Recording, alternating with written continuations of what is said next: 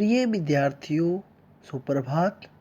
आज हम स्पीति में बारिश नामक पाठ पढ़ेंगे, जिसमें लेखक ने अपनी स्पीति यात्रा का वर्णन किया है तथा स्पीति के बारे में जानकारी दी है। आइए अब कुछ मुख्य शिक्षण बिंदुओं के माध्यम से इस पाठ को समझते हैं। पहला है स्पीति संचार साधनों से रहित।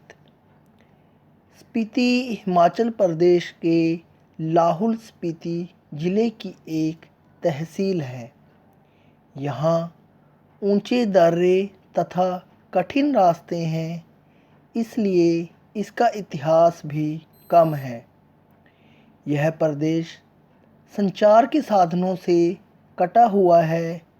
आज भी यहाँ परस्पर संपर्क का अर्थ होता है आपस में संपर्क, वायरलेस सेट के माध्यम से होता है। दूसरा है स्पीति की जनसंख्या। 1971 की जनगणना के अनुसार स्पीति की जनसंख्या 7,196 है तथा क्षेत्रफल 2,155 वर्ग मील है। इस प्रकार यहाँ जनसंख्या का घनत्व 1 वर्ग मील में केवल 4 है। स्पीति का राज्य सन 1846 में राजा गुलाब सिंह के जरिए अंग्रेज़ों को मिला था। 1960 में स्पीति को पंजाब का तथा 1966 में हिमाचल प्रदेश का अंग बना दिया गया। यह देश का सबसे दुर्गम क्षेत्र है। तीसरा है दुर्गम ऊंचाई। स्पीति के चारों ओर दुर्गम पहाड़ हैं, जिनकी औसत ऊंचाई 18,000 फीट है। ये पहाड़ उसे तिब्बत, लाहौल तथा लद्दाख से अलग करते हैं। स्पीति के पहाड़ लाहौल से ऊंचे और भव्य हैं। आगे 2 ऋतुएं। स्पीति में लाहौल की तरह 2 ही ऋतुएं होती हैं, बसंत और शीत। बसंत ऋतु में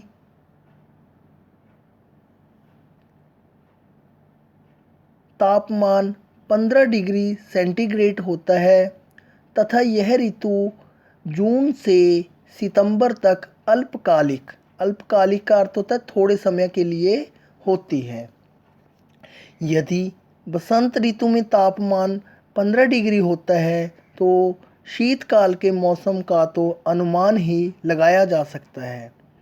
यहाँ बसंत में भी फूल नहीं खिलते, हरियाली नहीं होती। शीतकाल में तो नदी नाले भी जम जाते हैं। जनवरी में तापमान 8 डिग्री होता है, ठंडी तेज हवाएं चलती हैं। आगे है वर्षा का अभाव। स्पीति में मानसून नहीं पहुंचता, इसलिए यहाँ वर्षा की बहार नहीं होती। स्पीति के निवासी वर्षा के लालित्य को नहीं समझ सकते। वे नहीं जानते कि बरसात में नदियाँ बहती हैं और बादल बरसते हैं। इसका कारण यह है कि यहाँ कभी बारिश नहीं होती। धरती सूखी और ठंडी रहती है और यदि बारिश हो भी जाए तो वह नाम मात्र होती है। आगे फसलें। स्पीति में साल में केवल एक ही फसल होती है। यहाँ जौ, गेहूँ, मटर और सरसों होती है। पहाड़ों से बहने वाले झरनों से सिंचाई की जाती है। यहाँ अत्यधिक ठंड के कारण ना फल होते हैं और ना ही पेड़, इसलिए स्पीति एक वीरान क्षेत्र है। आगे वर्षा का सुखद अनुभव। लेखक को एक सुखद घटना की याद आती है। वह काजा के डाक बंगले में सोया हुआ था। आधी रात को उसे लगा कि कोई खिड़की खड़का रहा है।